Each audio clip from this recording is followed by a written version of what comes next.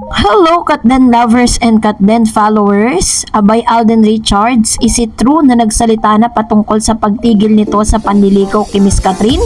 I-fact check natin yan. But before that, if you haven't subscribed yet to my YouTube channel, please don't forget to like, share, and subscribe at hit mo na rin ang notification bell for more showbiz updates.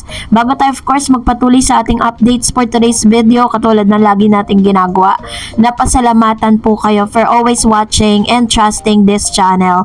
Thank you so much sa inyong palagiang panonood at palagian ninyong pagsubaybay sa mga updates po natin. And for today's video ay kalat na kalat po ang ilan sa mga online news at article na nagsasabi na tigilan na daw di umano ang ilusyon na niligawan ni Alden Richards sikat. Yung issue po is tumigil manligaw. Ngayon, parang nag-iba ng ihip. Parang sinasabi nila na hindi talaga totoong nanligaw si Mr. Alden Richards kay Catherine Bernardo. Yun ang ipinalalabas ng ilan, ano? So, ibig sabihin pala, fake pala yung mga source ni Mr. OG Diaz nung in-announce niya sa kanyang channel na nanliligaw na nga di umano itong si Mr. Alden Richards kay Miss Catherine. Ganon din naman po ang mga pinapalabas dati noon ni Miss Christy Permit. So, ibig sabihin, hindi pala totoo yun. Invento lang nila yon. So, dahil dyan, inalmahan daw di umano ng mga fans si Catherine Bernardo ang ilang mga malalapit na aktres ang kumakalat na chika sa online world na nanligaw daw, tumigil lang sa panliligaw si Alden Richards sa kanyang Hello Love Again leading lady. Imbyar ng imbyar na daw di umano ang mga fanay dahil alam daw nilang talaga na nanliligaw ang aktor sa idolo nila.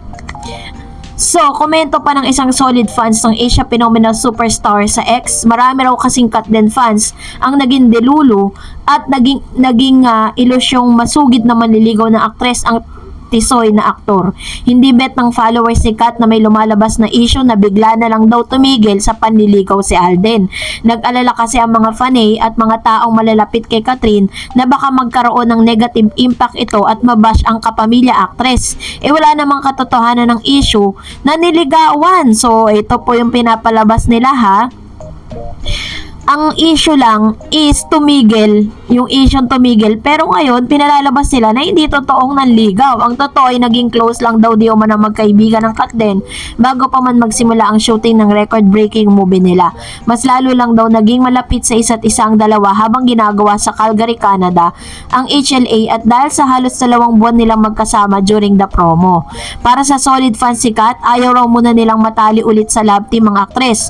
Mga solid fan niya yon, diba? Pero ito nga, no, pinag-uusapan po ito ngayon dahil kalat na kalat po ito sa TikTok na sabi dyan, nagkomento na raw si Alden Richards. Sabi daw niya dyan sa isang quote card, linawin ko lang, hindi po ako nanligaw kay Catherine. Mas mabuting manatili na lang ang Katden na magkaibigan, at least my forever, Alden Richards. Sa tingin po ba ninyo, kapag chinek nyo po yung, yung quote card na yan, talagang peke na peke Dahil hindi po ganyan magsalita si Mr. Alden Richards. Napaka-edukadong tao ni Mr. Alden. Pag nagsalita yan, baga parang magsasalita siya hindi sa ganyang pamamaraan, 'di ba? Hindi sa parang tahasan niyang itatanggi. Parang nakakaya naman ata dito kay Miss Catherine na parang mga nag-a-assume, 'di ba, na niligawan niya tapos sasabihin niya bigla sa social media na hindi niya niligawan. Parang kung tutuusin is hindi maganda tignan, 'di ba? So, yung code card na yon is hindi po yan totoo. Wala pong ganyang statement si Mr. Alden Richards. Wala nga po siyang komento nung inilabas po sa 24 oras na hinihingan siya ng opinion patungkol doon sa bagay na yun. Pero never po siyang nagsalita. At never po siyang parang ride on doon sa balitang yon. And hintayin po natin kung ano pong masasabi ni Mr. Alden Richards. I know na dahil may paparating po siyang show, mai-interview po yan ni Mr. Boy Abunda. At sana lang maging fair si Mr. Boy Abunda doon po sa interview na yun na magaganap. Alam niyo naman na lagi pong si Alden Richards tahasang natatanong patungkol dyan. So, yun po yung isa sa mga natin, point of view natin with regards to that. At ngayon, magbasa tayo ng mga komento ninyo, mga nag-iinit na komento. Unahin po natin ang komento mula kay Miss Senamante. Miss Darets, nagtataka lang ako kay Christy kasi noon super tanggol siya kay Alden at lagi niyang pinupuri noon si Alden. Tapos ngayon bumalimbing na parang gusto nilang magkabalikan si Mata at si Kat. Sa kapuring-puri si Mata ni Christy sa incognito. Ano yun? Baka hindi naabutan ni Alden kaya ayun. Hindi ko po alam eh. Totoo po kasi parang dati, 'di ba? Parang sobrang durog na durog si Mr. Daniel Padilla. Kino-compare niya si Daniel kay Alden Richards. Tapos ngayon parang ang bango-bango ni Mr. Daniel Padilla sa kanya. 'Di ba? Yun ang pinagtatakhan din natin. And another one, sabi ni Miss Madeline, "Hay nako Catherine Bernardo, wag ka nang magdalawang isip kay Alden at wag ka nang magpaloko kay Daniel Padilla. Naku po, sayang lang ang lahat ng binitawan mong salita kung makikipagbalikan ka kay Daniel Padilla, siya lang ang talino mo. Sayang ang talino mo."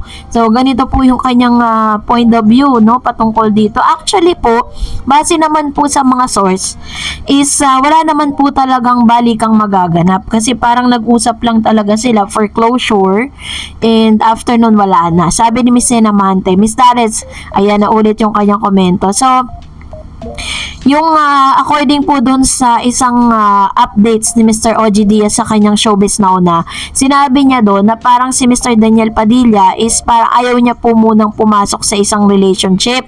Parang hindi yun yung kanyang priority ngayon. So, hindi rin daw totoo na may talking stage na ang Katniel. Wala daw di umanong katotohanan yung mga kumakalat na balita na yun. So, sabi ni Miss Corazon, Miss Tarens, please fact check yung content ng isang vlogger na nagkita di umanong sina Catherine at Daniel sa shooting ng Incognito doon sa Baguio. That's really impossible because ang alam ko po kasing nag-shooting sa Baguio, si Miss Rakal, Miss Maris Rakal. And ngayon po is nasa nasa Japan dahil meron po silang shooting doon. So, I don't think so. Sabi ni Miss Gloria Kirante, tigilan nyo na yan. Gagalit ang ABS-CBN sa cut din nyo. Nasisira na daw Katniel dahil sa inyo. Ganun. So, actually po, parang solo-solo era naman na talaga sila. Sabi ni Dong Tats, OMG, yung flower na for heart na hawak ni Alden at yung flower na pinakita ni S sa last Valentine's are so different. Yung para kay heart maliit at yung kay S malaki. Sana sa nag-comment about doon sa flowers, lakihan mo naman mata mo para makita mo ang difference. May nakakita nga daw sa S at J. Ortega sa isang boy na magkasama ng Valentine's. Feb 9 yung flowers for heart, tapos Valentine's is Feb 14. Do I think hindi lupay-pay tingin ng rose after 5 days na hindi nakababad sa water? Rose pa, madaling malupay-pay ang flowers na yan, kaya I don't like it. Ayan, ito naman yung kanyang point. Kasi parang siniswitch kasi nila si Alden Richards Quezania na yung flower daw na binibigay sana kay Heart is binigay kay Sanya. Hindi ko magets talaga yung ganong idea. Kasi parang kung ako yung babae, 'di ba? Tatanggapin ko yun, second hand na yun. Hindi naman talaga para sa kanya, para kay Heart, tas ibibigay sa'yo ng lalaki. Ano yun? Sabi ni Miss Mila Delgado, if it is true na tumigil na si Alden, that is not new. He already has history starting with Julian because he will be doing Aldab. Then with Maine because he will be doing HLG. And in between with CO Glenda, Sanya at iba pa. It looks like opportunity comes before love. Like one critic said, no Nelson can last, that Alden is mysteriously wise. He started pursuing Catherine. His popularity leaped so high. So kilig and hopes and lahat, most especially the fans, naging dilulu na and laging nahohope, including me. This is only my point of view. I think Alden doesn't realize na nakakasakit din siya ng babae at sa fans. Napaasahin na hawak-hawakan din friends lang pala. Of course, tatanggapin ng mga babaeng salitang friends na lang sila. But you think hindi masakit yun? No put intended. But dilulu din ako and nasaktan din. I understand exactly how you feel right now, Ma'am Shi. Naiintindihan ko lahat ng mga sentiments po ninyo, no? Kahit naman talaga kami, nasasaktan kung totoo talaga na after all na maraming mga paayuda nila at yung pagmamahal na ibinigay sila kanila ng Katden, tapos sasabihin ni Alden magkaibigan lang sila, diba? Sabi ni Miss Ryan Pakana, hello po, sila na yung privately, di ba nga sabi ni Alden, buti na lang kapag usapan at maghahatid. Sabi ni Miss Mary Jane Glass, dami na kumikita ang meron na ngang Katniel, nag-post yung Ivy na nandun si Kat. Ba't Maha binaligtad ba naman? Sabi kinilig daw si Kat sa sinabi ni Doc Ivy na at clarity ni Maha patungkol kay ex. Sabi ko pinag-uusapan niya yung HLA, nahihiya si Kat na tinanong si Doc Ivy kung anong feeling ng 2 billion movie gross. Di ko talaga sinagot. And sabi ni June Sendong, Kat din rin ako pero sa tingin ko knowing Alden Torpe yan, lagi madaling magsawa sa panliligaw dahil nga alam naman niya na marami ding may gusto sa kanya. Yun ang tingin ko lang pero baka mali naman ako. Yan, to naman yung kanyang point of view with regards to this. Parang ang pagpapalagay po ni Sir June na parang si Alden, okay lang nga kahit di ako gusto niya, marami naman parang ang yabang naman ang dating, 'di ba? Sabi ni Miss Janet, ako nakikinig pa rin ako kina OG Diaz at Christy Baligtaran. Kapag may news kinakat din, wala lang, iniinis ko lang yung sarili ko tapos ibabatch ko sila. Basta have faith mga kat din, igalang natin yung kagustuhan nila na maging private lang. Aamin din yan. Ayan, ito naman yung kanyang komento.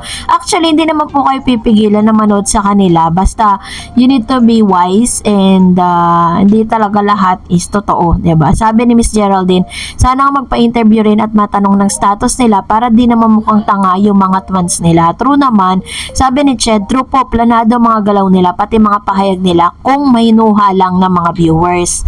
To naman lahat po yan is as plan po yan. And sabi ni Miss yan. So, lahat po ng mga nakikita natin sa SOCMED ngayon, lahat yan is according po dun sa utos ng kanilang management. Ganyan talaga kasi kailangan, sila, yung mga A-lister stars kasi sila ng malalaking network. Remember, hindi sila parehas ng, ng network tapos hindi naman sila permanenteng magka-lab team, 'di ba? May mga ibang actors and actresses na pwedeng i-partner sa kanila. Sabi ni Sweet Liberty, I'd like to believe this and I hope it's true that they are just keeping things private. But that Abante news was 3 months ago. Ayan. So, 3 buwan na raw po yun bago inilabas. And meron po silang latest na inilabas ko din po sa channel ko. At sinabi po doon ng Marisol Academy na parang super secret lang daw talaga. Sabi ni Miss Elena Galgo, hayaan nyo si Ojed Christie yung totoo na Kat Den fans. Mag-focus na lang tayo sa kanila. Hindi natin alam kung anong pinag-uusapan nila Alden at Kat.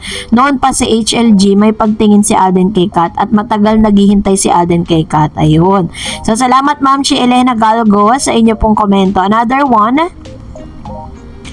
Sabi po ni Ma'am Shi Aliyah, yes Miss Tares, kahit ako ilang beses ko nang pinanood ang HLA. Nung unang pinalabas ang HLA, pinanood ko na. Di ako nasiyan, kaya inulit-ulit ko Miss Tares. Sayan natin sila. Kung fan ng Kat Den, huwag ka masyadong mausisa. Tiwala na lang tayo kay Miss Tares. Basta Kat Den, forever love. Forever ako. Love you both Kat Den. Ayan. Thank you Ma'am Shi Aliyah.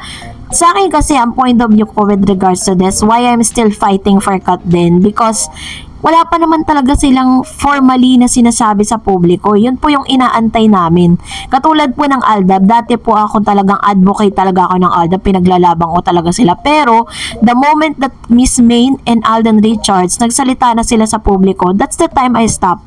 Kasi sa kanila na nanggaling eh. Diba? So, that's it for today. For more videos and updates, please don't forget to like and subscribe, and please don't forget to follow my Facebook page, Dar Eds TV. God bless everyone!